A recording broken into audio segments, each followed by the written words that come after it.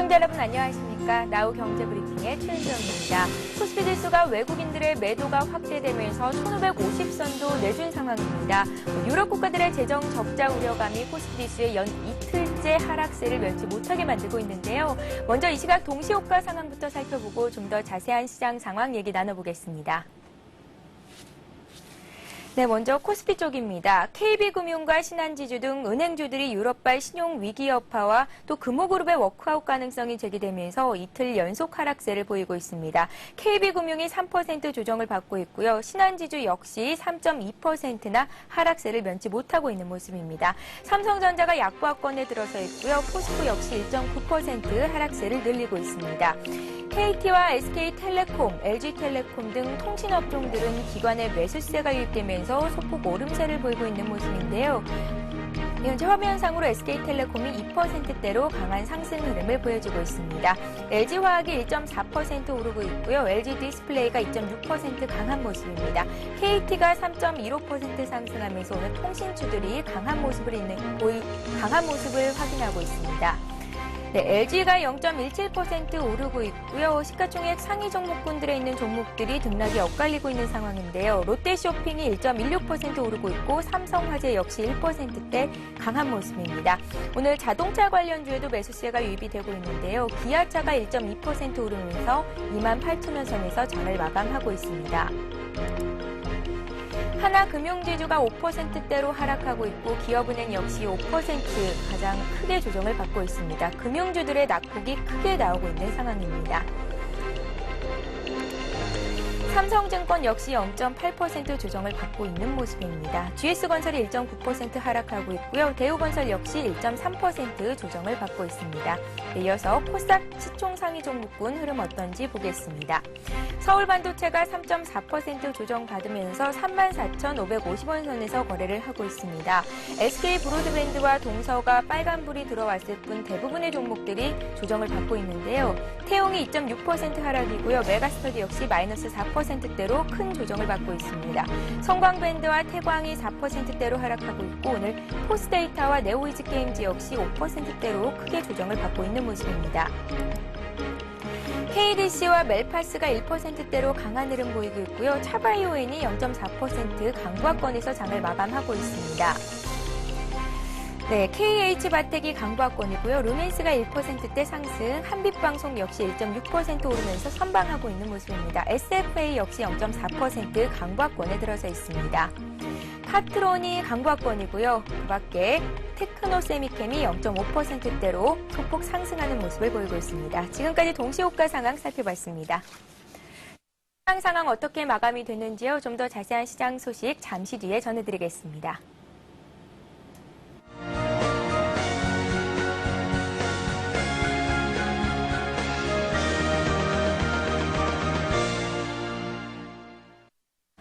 네, 코스피 지수가 2거래일째 하락하면서 오늘은 1550선 밑으로 내려온 모습인데요. 1% 이상 조정을 크게 받았습니다. 오늘 코스피 지수는 지난 거래일보다 0.9% 하락한 1552선에서 장을 마칠 것으로 보입니다.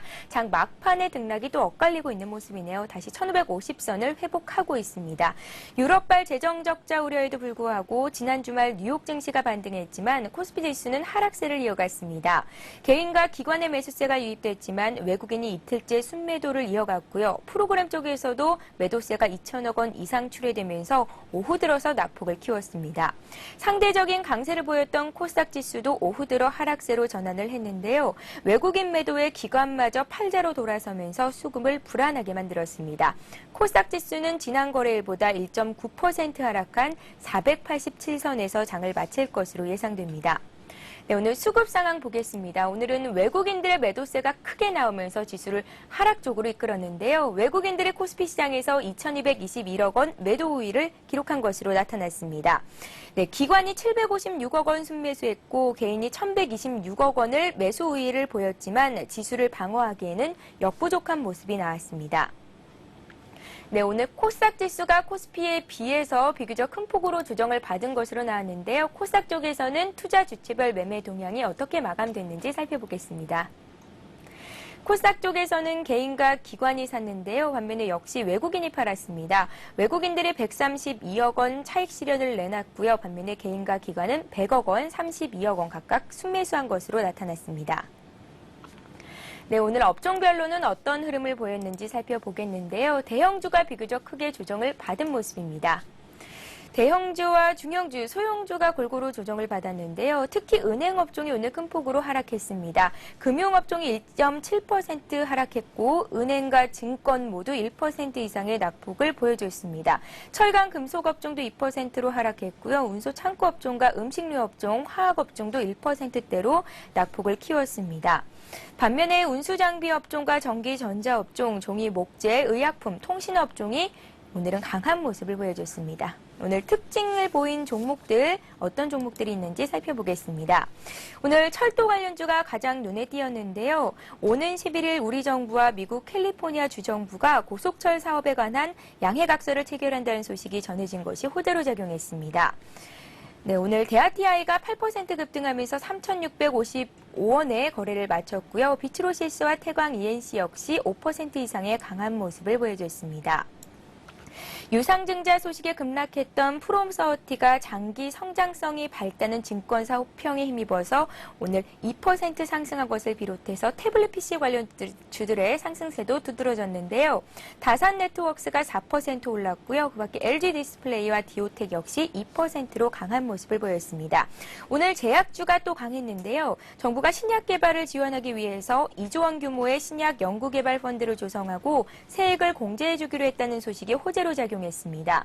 슈넬 생명과학이 14% 상한가까지 올랐고요. 보령제약이 3% 급등, 동아제약과 영진약품도 오늘 3% 이상의 강한 상승 흐름을 보였습니다. 네, 오늘 코스피, 코스닥 모두 1%대로 조정을 받았는데요. 상한가까지 오른 종목들이 있습니다. 어떤 종목들이 있는지 살펴보겠습니다. A모션은 카메라 모듈 제작사인 쿠스코 LB를 인수했다고 발표하면서 상한가까지 올랐고요. 지난해 당기순이익이 32억 원으로 전년 대비 흑자 전환했다고 공시한 한신기계공업이 상한가로 직행했습니다.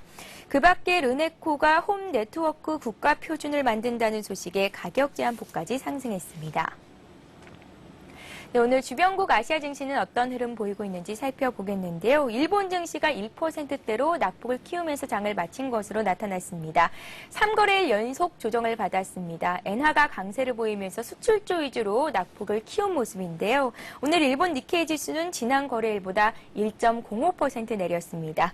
9,951선에서 장을 마친 것으로 조사됐습니다. 그 밖에 주요 아시아 증시 흐름 보겠습니다. 네, 현재 주요 아시아 증시는 혼조세를 보이고 있습니다. 중국 증시가 3거래일 만에 반등을 하고 있는 모습인데요. 다음 주 구정 연휴를 앞두고 투자자들의 관망세가 강해지고 있는 모습입니다. 정부 정책에 대한 불확실성도 남아있는 만큼 증시에는 부담이 되고 있는 것으로 풀이됩니다. 방금도 0.01% 하락세로 돌아서고 있는 모습인데요. 보합권에서 등락을 거듭하고 있습니다. 한편 시티증권은 설 연휴가 지나고 나면 당국의 긴축 행보도 느슨해질 것으로 보인다면서 주식시장의 반등을 점치기도 했습니다. 홍콩 증시에서는 유럽의 재정 적자에 대한 경계심 속에 본토 부동산주들이 약세를 보이고 있는데요. 항생지수가 약보합권에서 하락하고 있고요. 홍콩 H지수 역시 0.2%대로 조정을 받고 있습니다. 그 밖에 대만지수가 강보합권이고 싱가포르 지수와 호주 지수가 소폭 상승하고 있는 모습입니다. 네, 원달러 환율이 3거래일 연속 오르면서 1,170원대 초반까지 상승했는데요. 차트 보면서 설명드리겠습니다. 지난 주말과 같은 가파른 상승세는 일단 진정이 됐지만 유럽의 재정 적자 우려가 지속되면서 불안감의 불씨는 여전히 남아있는 모습입니다. 지난 금요일 하루 만에 20원 가까이 급등한 원달러 환율은 오늘 2원 10전 더 오른 1,172원에 거래를 시작했습니다. 이후에는 1,171원과 1,174원 사이에서 횡보하는 모습을 보였는데요. 시중은행의 한 외환딜러는 시장이 딱히 방향을 잡지 못하고 있다면서 거래 물량도 많이 없는 상황이라고 전했습니다. 외환시장의 관계자는 만약에 1,180원 선을 넘어설 경우에 달러 매도 세력들이 손절 매수 압력을 받을 수밖에 없어서 환율은 한 차원 더 높은 수준으로 올라설 것으로 분석했습니다. 오늘 환율은 지난 거래일보다 2원 상승한 1,171원 90전에 마감한 것으로 나타났습니다. 네, 오늘 코스피 코스닥 마감 상황 다시 한번 정확한 수치를 전해드리겠습니다. 네, 오늘 코스피 지수는 전거래일보다 14.33포인트 하락했습니다. 1552.79포인트로 장을 마쳤는데요. 200일 이평선까지도 하회한 모습입니다. 코스닥 지수는 역시 장중에 강한 모습을 보였지만 하락으로 돌아선 이후에 낙폭을 코스피보다도 더 키웠습니다. 지난 거래일보다 2% 하락한 487.41로 장을 마쳤습니다. 네, 오늘장 마감 소식 좀 더 자세하게 살펴보겠습니다. 전문가를 연결해 볼게요. 현대증권의 홍승현 연구원이 전화로 연결돼 있습니다. 안녕하세요. 네, 안녕하십니까. 네, 먼저 코스피 코스닥 마감 상황부터 자세히 전해주시죠. 네, 코스피 지수가 지난 주말에 이어 또다시 하락하며 200일 이동평균선 밑으로 내려갔습니다. 지난 주말 뉴욕 증시는 남유럽 국가의 재정적자 위기로 장중 투매가 나타나며 하락세를 보이기도 했지만 주말 이후에 사태 진정 기대가 맞물리면서 장후반 만선을 재회복하는 모습이었습니다. 관심이 집중됐던 실업률이 5개월 최저치를 기록한 점과 소비자 신용보고서를 통해 향후 소비 회복의 기대가 높아진 점도 호재로 작용했습니다. 하지만 미국 증시의 반등에도 불구하고 코스피 지수는 위축된 투자 심리가 좀처럼 회복되지 못한 채 하락세로 출발했고 이후에도 부진한 주가 흐름은 장중 내내 이어졌습니다. 개인이 1,500억 원 넘게 순매수했고 기관도 힘을 더해줬지만 외국인이 2,200억 원이 넘는 팔자 물량을 내놓음에 따라 지수 하락세를 면치 못하는 모습이었습니다. 결국 오늘 코스피 지수는 어제보다 14.33포인트 하락한 1,552.79를 기록했습니다. 한편 코스닥 지수도 장중 상승세를 보였지만 결국 하락세로 돌아섰습니다. 개인과 기관이 순매수에 나섰지만 외국인이 매도로 맞선 가운데 코스닥 지수는 지난 주말보다 9.96포인트 하락한 487.41로 마감됐습니다. 네, 유럽발 위기로 안전자산에 대한 선호 심리가 두각되면서 달러 강세가 계속돼서 보이고 있는데요. 국내 증시에 미치는 영향력이 만만치가 않습니다. 달러 강세 현상은 언제까지나 지속이 될까요? 네, 최근 달러와 강세를 보이면서 미국 증시를 비롯해 글로벌 증시의 위험 요인을 더하고 있습니다. 오바마 금융규제안에 따른 달러 K 트레이드의 환수 우려와 유럽 국가의 디폴트 리스크로 안전통화인 달러화가 단기적인 강세를 보이고 있습니다. 하지만 달러화의 추세가 미국 기준금리에 후행하고 있다는 점과 오바마의 연두교서에서 확인한 수출 회복을 통한 일자리 창출 의지에서 볼 때 달러화 강세가 장기화될 가능성은 크지 않을 것으로 보입니다.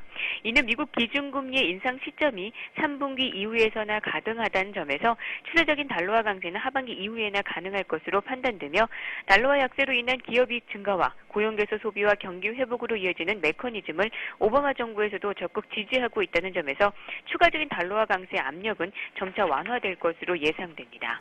네, 지난 주말 뉴욕 증시는 장 막판에 상승 반전에 성공하면서 만선을 간신히 지켜줬는데요. 오늘 미국 증시는 어떻게 흘러갈까요? 그리고 이번 주 미국 증시에서 발표될 주요 지표들 있으면 정리 부탁드립니다. 네, 이번 주 발표 예정인 주요 경기 지표들과 대표 기업들의 실적은 대부분 계속해서 미국의 경제가 회복되고 있음을 보여줄 것으로 예상됩니다. 하지만 최근 이를 매도의 기회로 이용하는 경우가 있어 지수 변동성은 확대될 것으로 보이는데요. 투자 심리가 여전히 보수적 입장이 견지되고 있고 미국과 중국의 갈등 심화와 토요타 사태로 인한 국가 간의 마찰 등 잠재된 악재도 남아 있습니다. 또한 아까 말씀드렸던 것처럼 최근 달러가 강세를 보이고 있는데요. 지난 주말 유럽 사태 해결 기대로 미국 증시가 반등에 성공했지만 달러는 여전히 초강세를 보였습니다. 미국의 경기 회복에 따른 금리 인상 가능성이 핵심 원인인데 이는 당분간 증시 상승의 걸림돌이 될 수도 있어 보입니다. 네, 알겠습니다. 오늘 국내 증시가 또 한 번 약한 모습을 보였습니다. 내일은 또 어떻게 움직일지 투자 전략을 어떻게 가져가면 좋을까요? 네, 상반기에 부각될 수 있는 악재가 보다 빠른 속도로 시장에 영향을 미치는 가운데 지수의 조정 속도도 빨라지고 있습니다. 당분간 시장은 악재에 대한 적응력을 테스트 받을 것으로 예상되는 가운데 지지선 확인 국면이 전개될 것으로 보입니다. 다만 경기 회복에 따른 출구 전략의 속도가 제한적일 것이라는 점과 오바마의 금융 규제안도 장기적인 측면에서의 증시 안정성에 기여할 수 있다는 점, 또 유럽의 재정 악화 여파도 일파만파로 확산되기보다는 점진적인 완화 국면으로 전개될 가능성이 크다는 점에서 시장의 추가 하락의 여력은 크지 않을 것으로 보입니다. 다만 단기적인 시장 대응에 있어서는 시장의 변동성을 고려할 때 기술적인 대응을 병행할 필요가 있어 보이고요. 우선 지수가 단기에 큰 폭으로 하락한 시점이지만 단기적으로 꼬인 수급의 개선 가능성을 고려한다면 낙폭과대 우량주에 대한 선별적인 관심이 필요해 보입니다. 네, 알겠습니다. 도움 말씀 고맙습니다. 네, 고맙습니다. 네, 현대증권의 홍승현 연구원과 함께했습니다.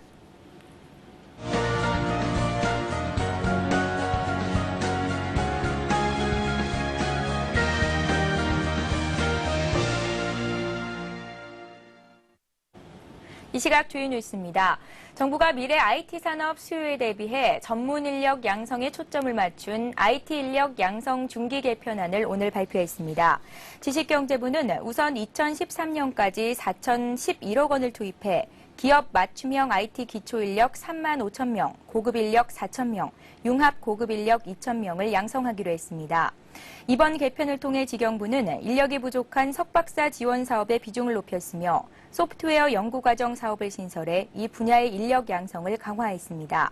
이와 함께 미국의 MIT 미디어랩 같은 인재 양성 사업을 벌이기로 하고 내년까지 2개 대학에 연간 25억 원씩 10년간 연구비를 지원하기로 했습니다. 7월 이후부터 부동산 임대차 계약을 갱신할 경우 계약서 사본 제출이 의무화되며 이를 어기면 가산세가 부과됩니다. 이에 따라 임대업자들의 세금 탈루가 어려워질 전망입니다. 기획재정부는 이 같은 내용의 부가가치세법 시행령을 9일 국무회의를 거쳐 설 이전에 공포할 방침입니다. 종전에는 최초로 상가 임대차 계약을 하는 경우에만 임차인이 상가 임대차 계약서를 세무서에 제출해야 했습니다.